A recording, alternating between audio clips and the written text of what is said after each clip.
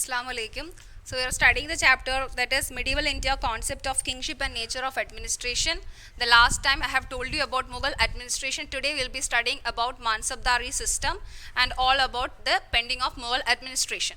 So first of all, we have to understand what was the real strength of Mughal administration. It was the base of Mughal administration was they always had a well-equipped army or strong military. They were always getting into a like they wanted to make their army every time equipped so that they will be ready for a battle at any time. So first one was the base of Mughal administration was the strong military.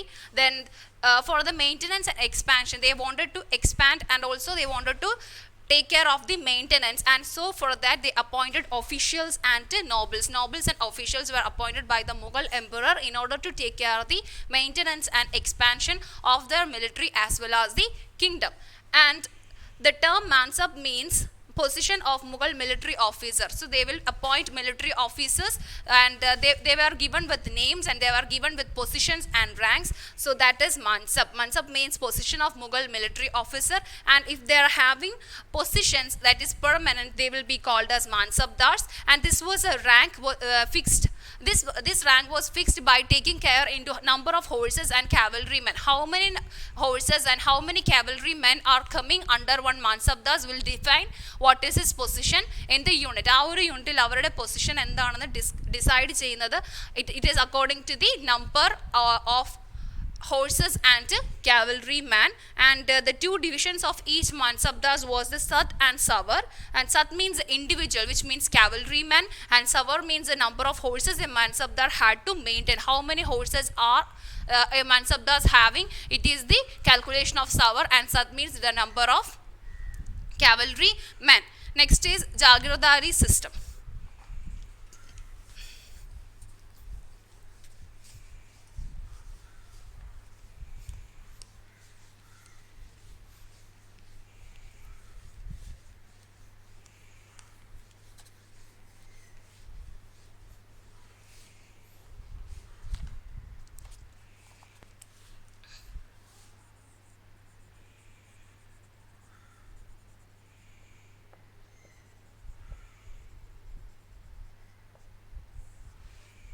Okay, so right now we were studying about Mansabdari system. Next one is Jagidari system.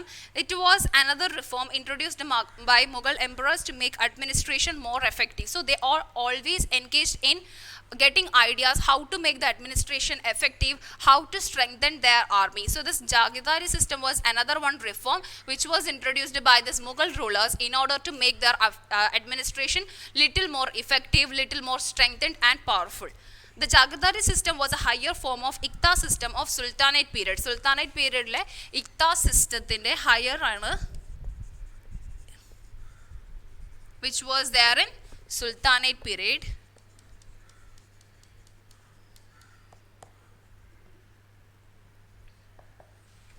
Okay, and it is the higher Jagirdari system means it is the higher form of Ikta system. Okay, it was system which granted land in lieu of salary to Mansabdars. The land thus granted was known as Jagir. So each Mansabdars will be given a definite area of land, and that land is known as Jagir, and the officers were provided possessions right of the Jagir land only. Such officers were known as Jagirdars, and whoever having control over that particular area of land, that landlord is known as the Jagirdar. As in Ikta system, the Jagirdars never lived in or ruled over the land they received, but the position of Jagirdar was not hereditary. They were transferred by the king. Their only authority over the ascribed land was utilization of revenue collection of this area. So it is same as the Ikta system. It is a higher form of Ikta system, and in Ikta system also the land is not given by their name.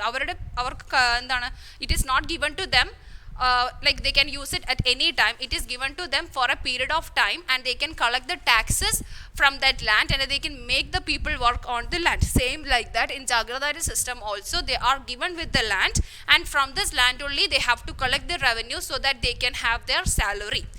Their only authority over the ascribed land was the utilization. So the only thing that they can do with this land is they can collect the revenue and they can they can spend the money, or they can give those money as salary to the soldiers or cavalry man, or for the expenditures they can use the money. That's it.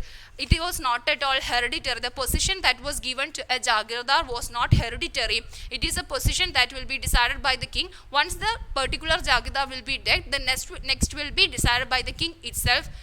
The son of the Jagirdar cannot become another Jagirdar. Okay. So next one is the Chola administration.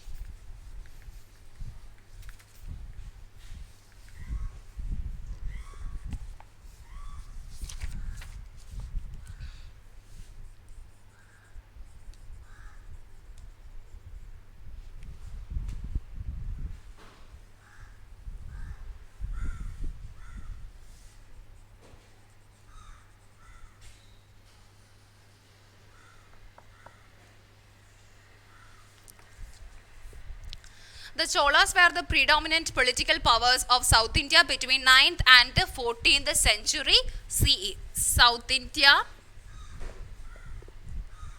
between 9th and 14th century.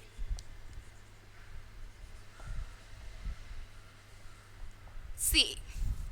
The country was ruled by a central government which included the king as a sovereign authority, ministers, advisors and officers. So here also the same.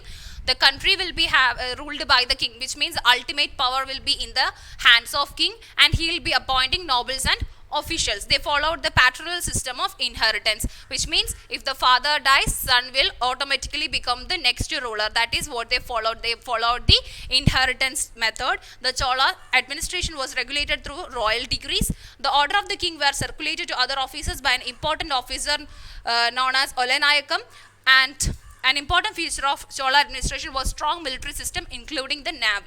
So they were having inheritance system, and also if a message or if a decision will be taken by the royal king, it has to be reached to different places, and this will be done by a person who is known as Olanayakam, and it will be done by these people, and all the people will be coming to know about the decision taken by the ruler. And another one important system that they were having was they always had a strong military system, and unlike the Mughal administration, the Chola administration was also having navy also. Okay, so they were having military strength. Mughal were having military strength, but it was always like they used to expand. It was all about land, but the Cholas were having power over the navy also. Okay, so that's it about Chola administration. The next one is the village autonomy that we will study in next class. So today's class we have finished about Mansabdari system, Jagirdari system and Chola administration. This is just an introduction to Chola administration. You have more to study about Chola. And the Cholas means Rajaraja Chola and Rajendra Chola were the greatest Chola rulers. Okay, in page number 61, there is a box given. In that it is given Rajaraja Chola and Rajendra Chola. Just underline that they were the greatest Chola rulers, and they developed a standing army, navy and administrative system during their rules. അതായത് അവർ rule ചെയ്യുന്ന ടൈമിൽ അവർക്ക് എന്തായിരുന്നു, ഒരു strength ഉള്ള powerful ആയിട്ടുള്ള ഒരു ആർമിയും അതേപോലെ തന്നെ എന്താണ് ഒരു നേവിയും എന്ത് ചെയ്തിരുന്നു, പ്രൊഡ്യൂസ് ചെയ്യുക അല്ലെങ്കിൽ കീപ്പ് ചെയ്തിരുന്നു. The construction of Rajarajeshwara temple in Tanjore and the conquest of Sri Lanka were made during the period of Rajaraja.